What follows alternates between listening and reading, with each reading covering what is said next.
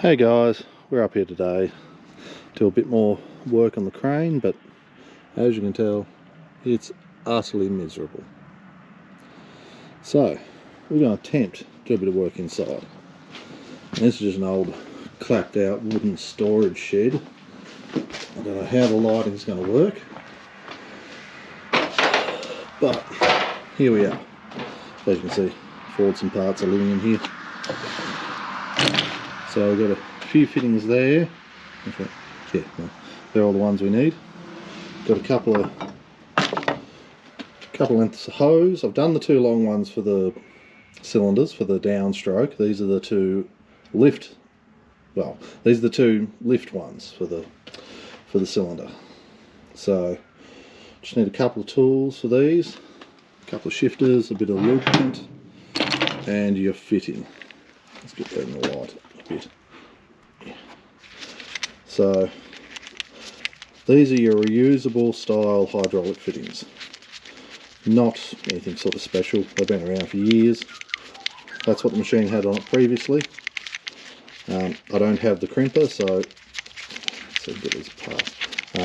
So yeah, we're using these style fittings. These aren't as strong as your standard, crimp-on style fittings. So yeah, but you can fix these yourself. Come on. Oh, let's see you guys there for a minute. Right.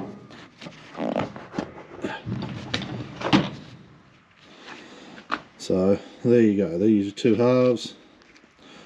Let's see, that's got a thread under there. I don't know if you can see it very well, but yeah, that's 1/2 inch BSP to 1/2 inch hose.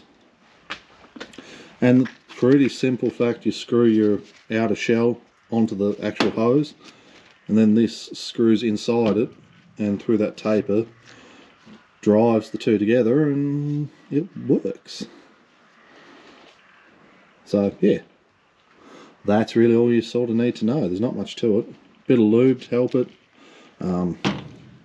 There is two different types of hose.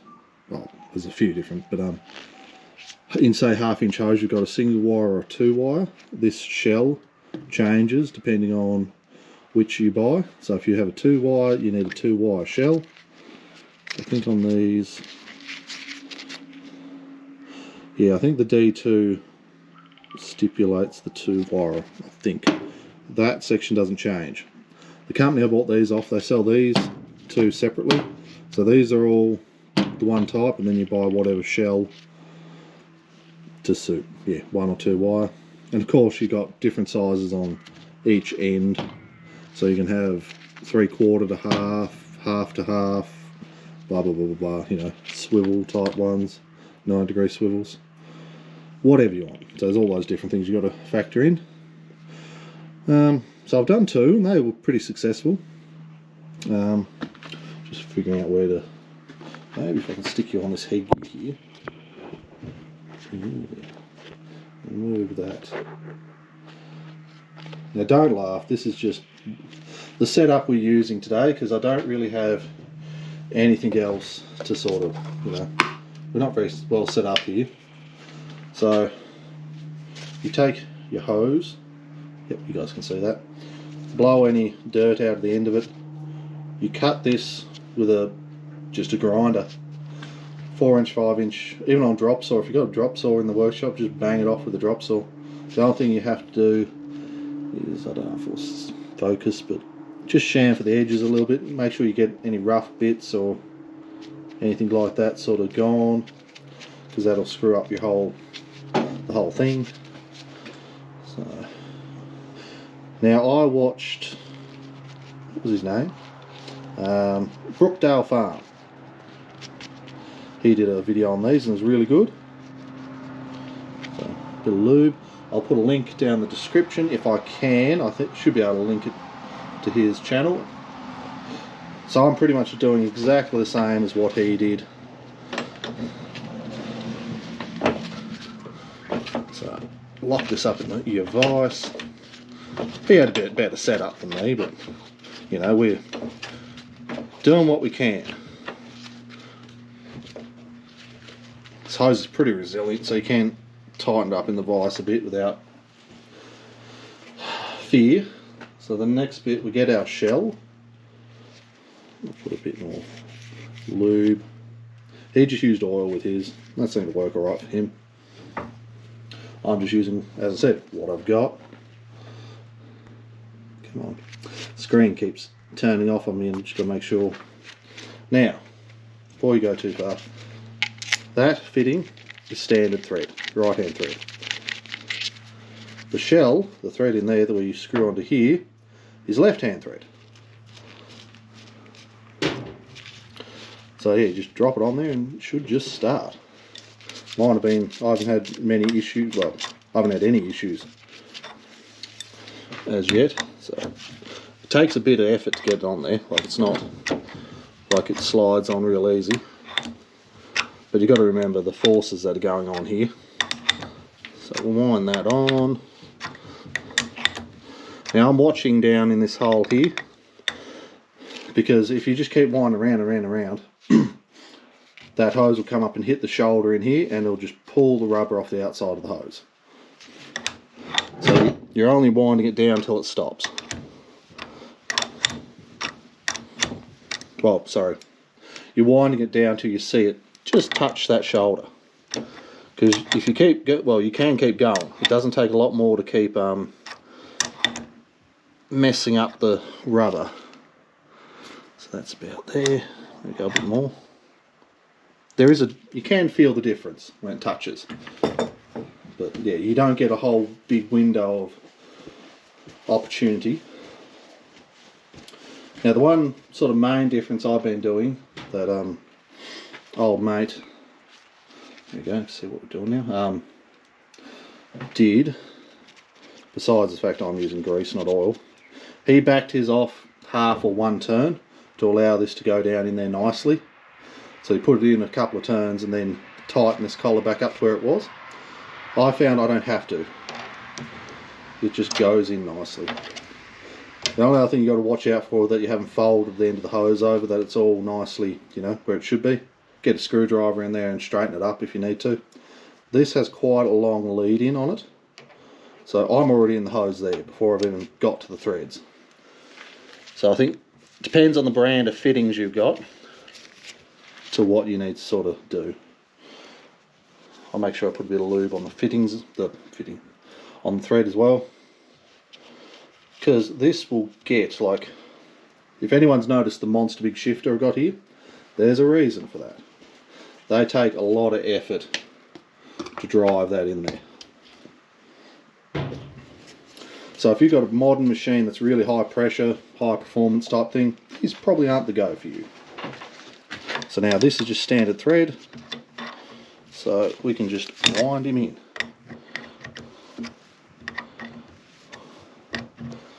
But yeah, at that point, if you had backed that off half a turn, one turn, you'd wind it back down. You'd wind this collar back down to where it was. But I find I don't need to. This seems to go together just fine. And now that I've said that, this one will probably bugger up. The other ones seem to go okay.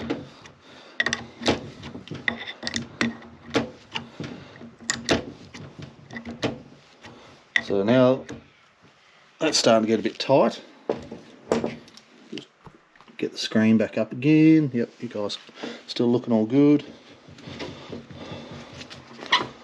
So now I'll move that out and clamp the shell. I don't know if that's what you call it, outer collar, or, you know, whatever you call it. Move that into the vise. Hey, you guys can see that, and keep going.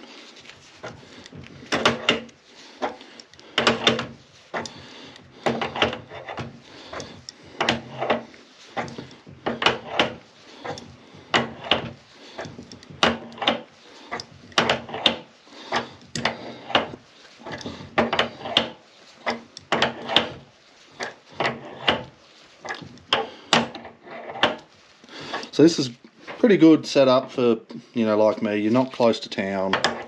You also work during the week, so it's hard to go get hoses and whatnot. This is quite a good option. admittedly, cost-wise, the hose place down here, it isn't too bad. Like, I don't think you're saving a lot of money, because these are, I don't know, about 25 bucks or something each. Admittedly, I think these are pretty good ones. You know, then you got your hose, like, I suppose, yeah, well, this hose probably cost me $100 to have made. And I'm probably making it for 60, 50. I'm not quite sure, I'll have to work it out, but in reality, if I was in town, I'd probably just go have these made. But I'm not. So got pretty much to the end, and now we're getting quite tight. So this is overkill, but this is the next step up I've got in shifters here.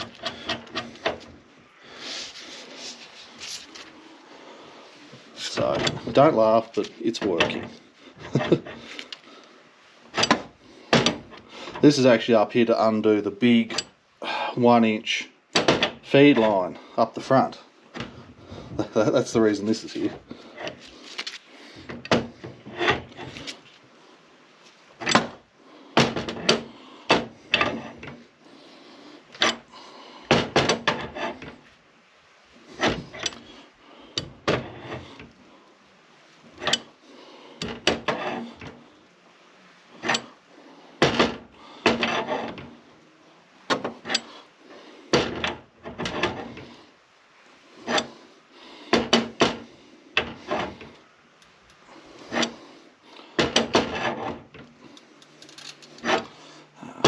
Nearly there.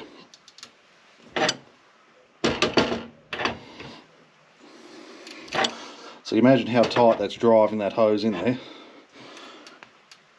But then again, I don't know what these are rated to, but it's be more than that old Fordson will produce.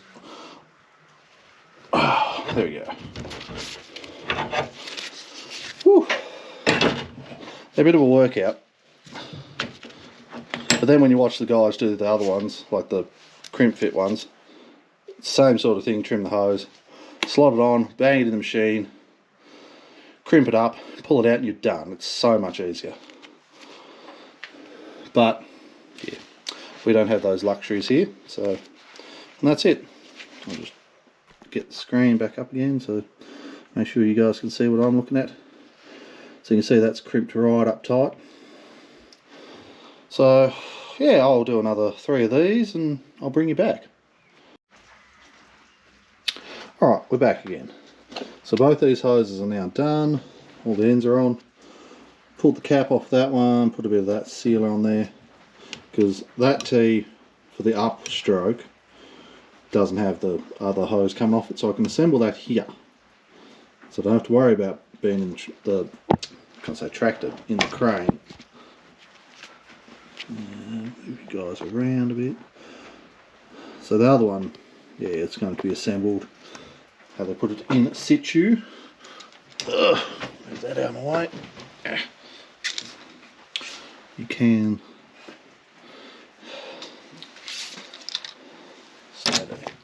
still not quite where I wanted you to be. Go up a little. Doesn't help you balancing on a rocker shaft. Don't worry about that though. Here comes the fun part, trying to get all these hoses back in there. All stiff as stiff can be. This isn't going to be too bad, but the ones in the machine, oh yeah, they're going to be a bit of work.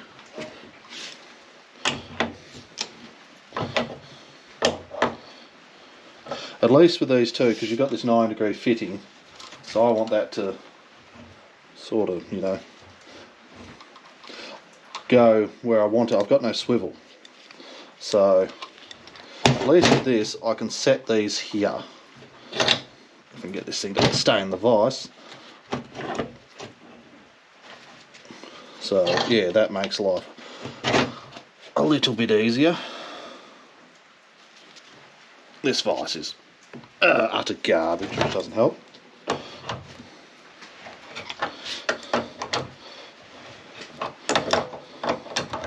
But yeah, the other ones might be a little bit more tricky.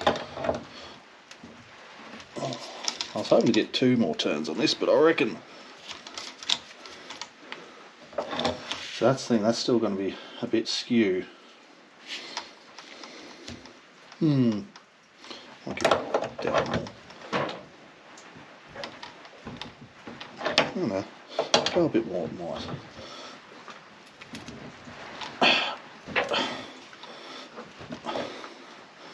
I reckon I can work with that. Ooh, there's one. Wrong way. No, I was going the right way. Oh.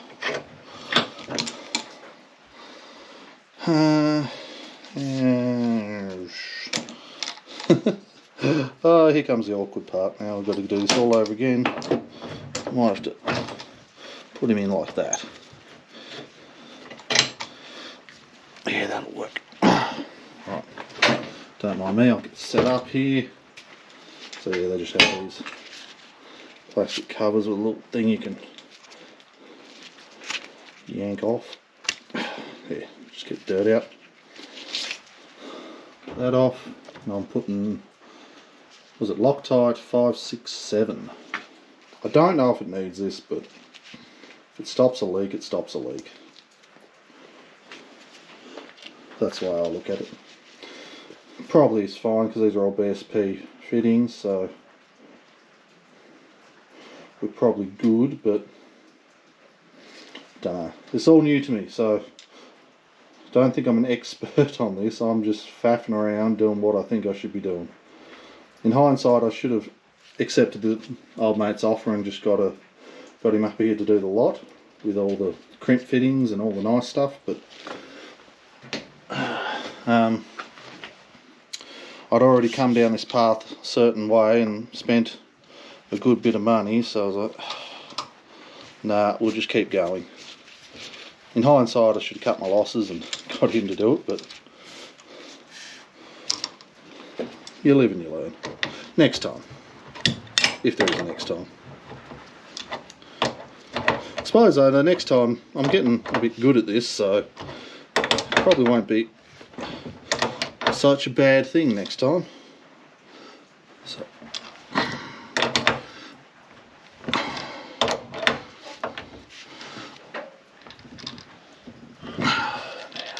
more.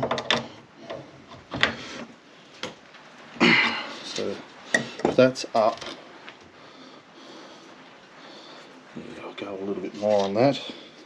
That'll probably do it. For this whole bunch of bloody spaghetti that I'm making here. So that'll come around there. No, a bit more.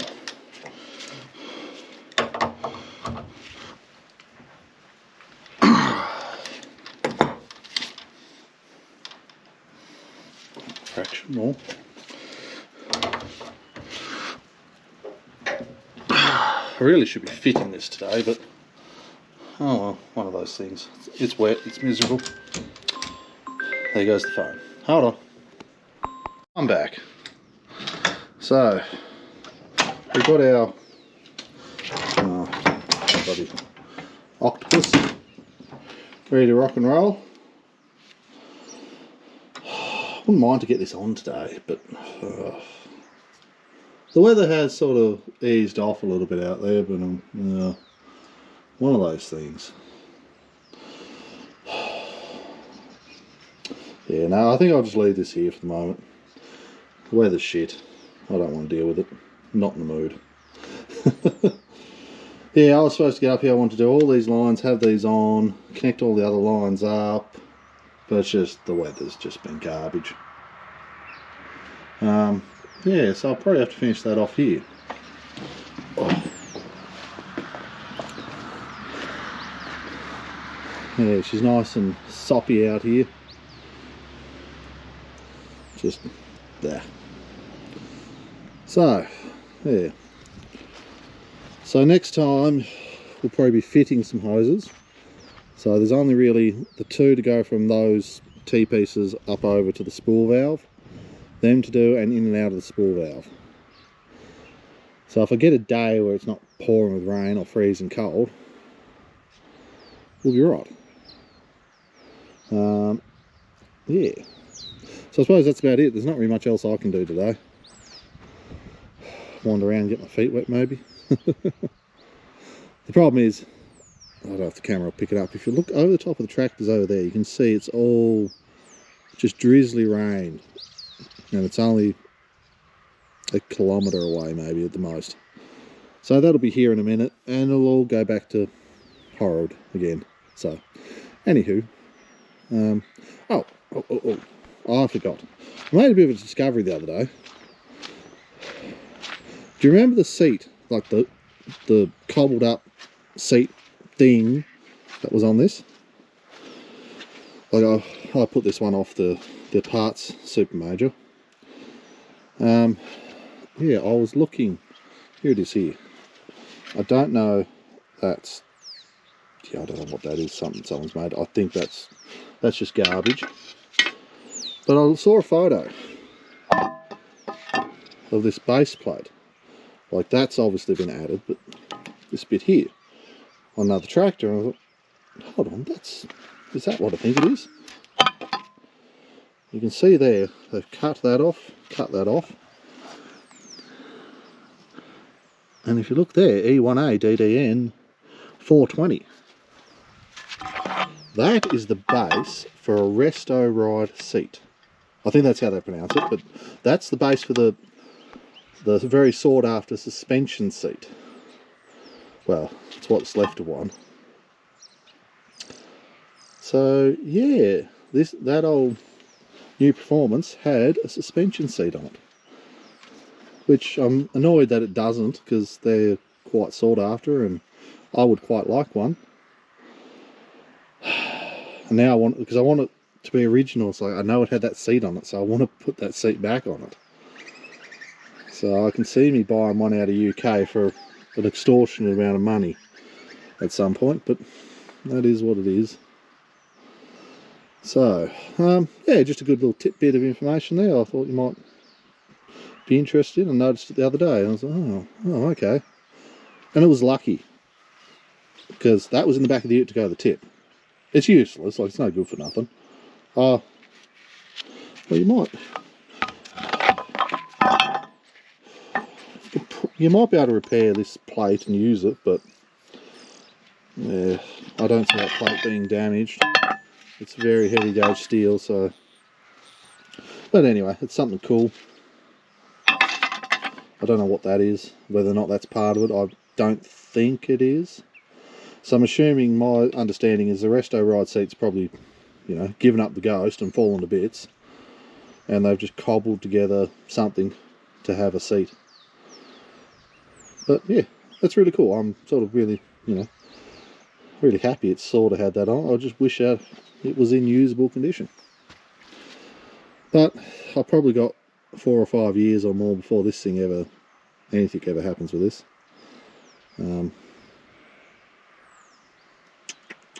I've got another update for you. I won't end this video here. I've got another little update.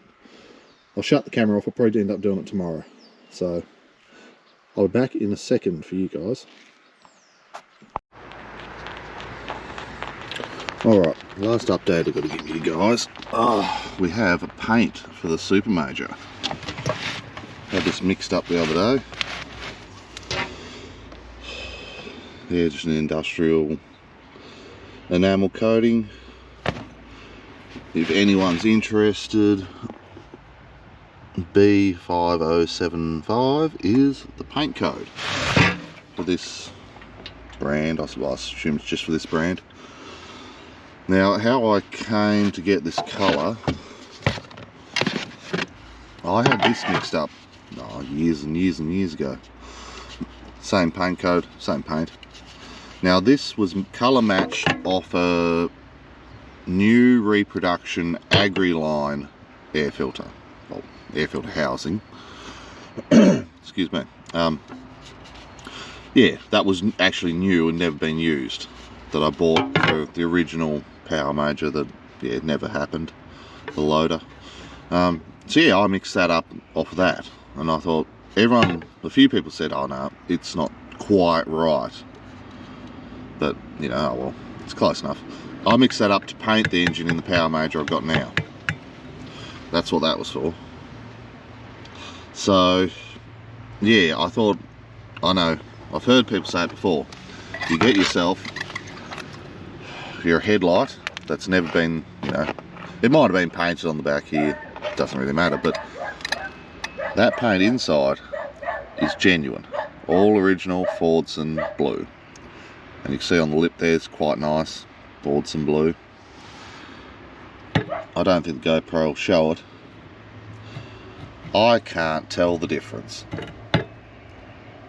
That looks as good as original as I can sort of make out it to be. So yeah, pt15 for anyone who wants to get some paint mixed up, because I didn't really have a lot of success. There's a few paint codes floating around, but they didn't match anything here that we'd had. So if you're in Australia, yeah, that should be a good paint code for you. If you like that colour, like some people say, oh no, it's not quite right. Well, I don't know. For my calculations, that's pretty good. So that paint on the inside of that headlight, yeah, it might have dulled a little bit, but in saying that, that blue that's run down the side of that tin, it hasn't been in the weather, but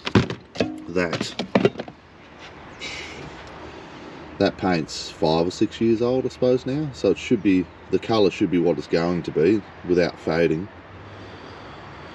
So yeah, that's what's happening. So yeah, don't know when we're going to get to that sort of stage, but everything's there now, because that's your thinners obviously for it, that's your primer. So anywho, you all like, share, subscribe, all the usual stuff, and I'll see you guys in the next one.